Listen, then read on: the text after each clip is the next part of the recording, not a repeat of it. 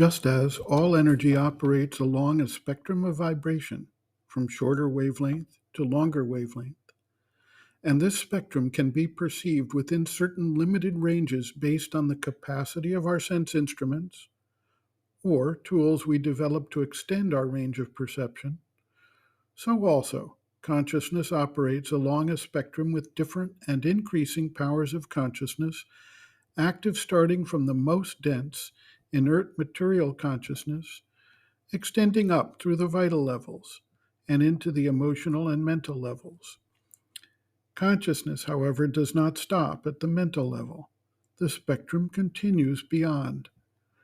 The energy centers, called chakras, are areas where certain vibrational levels of energy and consciousness are interfaced to our human mind-life-body complex. The higher mental levels of cognition take place in what are called the fifth, sixth, and seventh chakras, governing expression, will, and the higher powers of the reasoning intelligence. It is clear that there must be a nexus where the yet higher levels of consciousness vibrate and can be collected and channeled, and thus there are levels above the mind where these things occur. Under various states of awareness, the seeker is actually able to interface and experience these higher realms, either in their native state through a capacity to receive the higher vibrational force, or in their impact as they exert their pressure on the lower states that are within our normal range of perception.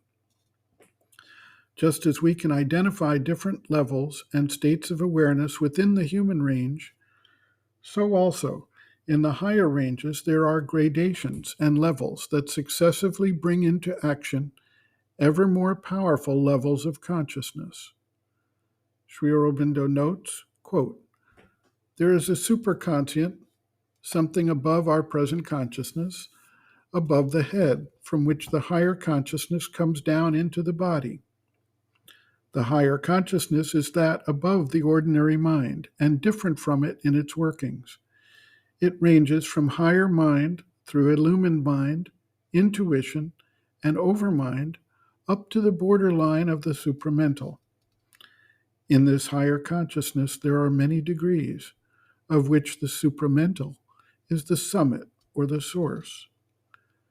There are above us successive states, levels, or graded powers of being overtopping our normal mind, hidden in our superconscient parts, higher ranges of mind, degrees of spiritual consciousness and experience.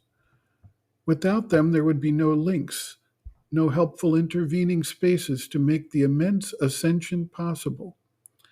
It is indeed from these higher sources that the secret spiritual power acts upon the being, and by its pressure brings about the psychic transformation or the spiritual change. But in the early stages of our growth, this action is not apparent. It remains occult and unseizable. From the point of view of the ascent of consciousness from our mind upwards through a rising series of dynamic powers by which it can sublimate itself, the gradation can be resolved into a stairway of four main ascents, each with its high level of fulfillment. These gradations may be summarily described as a series of sublimations of the consciousness through higher mind, illumined mind, and intuition into overmind and beyond it. There is a succession of self-transmutations, at the summit of which lies the supermind or divine gnosis."